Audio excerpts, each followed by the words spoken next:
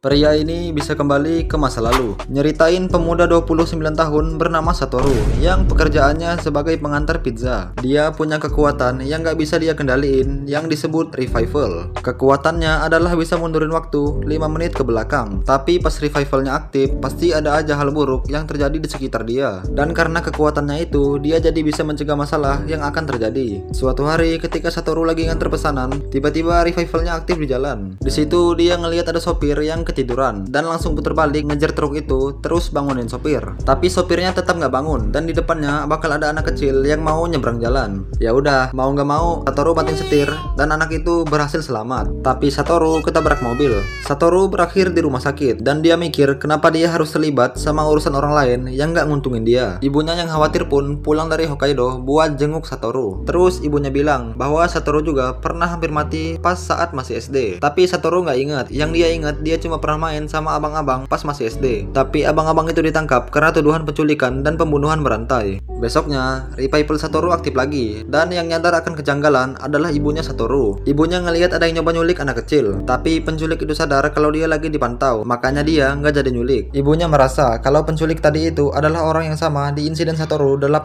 tahun yang lalu. Ibunya pun pengen cepet-cepet ngasih tahu Satoru. Tapi dia kalah cepat sama si penculik. Penculik itu pun sadar dan nikam ibunya Satoru dari belakang. Ketika pulang, Satoru kaget ngelihat ibunya penuh dengan darah. Dan sialnya, tetangganya ini ngeliat dan ngira kalau Satoru lah yang ngebunuh ibunya sendiri. Satoru pun ditangkap oleh polisi. Tapi pas dia lari, tiba-tiba revival pun terjadi lagi. Dan dia tiba-tiba kembali ke 18 tahun yang lalu. Judul animenya Boku Dakegai Inaimachi.